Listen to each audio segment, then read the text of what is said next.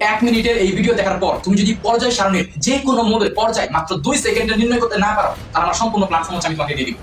তোমাকে কিচ্ছু করতে হবে না, তোমার ইলেকট্রন মিটার জানা লাগবে না, ইভেন তোমার কি রসায়ন বানানটাও যদি তুমি না পারো সমস্যা নেই, তুমি জাস্ট এই নাম্বারটা হচ্ছে মুখস্থ করবা। এখানে কি আছে 1 3 11 19 37 55 87, এই ম্যাজিক নাম্বারটা তুমি জাস্ট মুখস্থ করবা, ঠিক আছে? তাহলে এই ম্যাজিক নাম্বারটা মুখস্থ করতে পারলে কি তুমি যে কোনো মৌলের পর্যায় নির্ণয় করতে পারবা। যেমন ধরো তোমাকে বলা হলো যে 58 নাম্বার মৌলের হচ্ছে পর্যায় নির্ণয় করতে, তোমার 58 নাম্বার মৌলের নামও জানার দরকার নেই, তুমি জাস্ট দেখো 58 হচ্ছে কার বড়, দেখো 58 হচ্ছে কি এই 55, এই 55 এর কি বড়।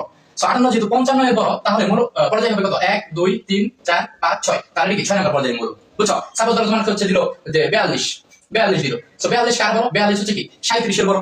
সো 42 যদি 37 এর বড় হয়, তাহলে কি 1 2 3 4 5, এটা হচ্ছে কি 5 নাম্বার পর্যায়ের মৌল। তোমার ধরো দিল হচ্ছে 96, তো 96 কার বড়, 96 হচ্ছে কি 87 এর বড়, তাহলে কি 87 হচ্ছে কি 7 নাম্বার পর্যায়ের মৌল। সো আমরা কি 96 হচ্ছে কি 7 নাম্বার পর্যায়ের মৌল, বুঝছো? তোমার যে কোনোটা দিতে পারে। আচ্ছা যদি হচ্ছে সাপোজ 19 দিল, তাহলে এটা কি 1 2 3 4 4 নাম্বার পর্যায়ের মৌল, বুঝছো? একদম সিম্পল, ঠিক আছে? সো তোমরা একটা বের করে দেখাবা কমেন্ট বক্সে, তোমরা 101 এটা হচ্ছে বের করে দেখাবা যে কমেন্ট বক্সে এটা কয় নাম্বার পর্যায়ের মৌল, ঠিক আছে?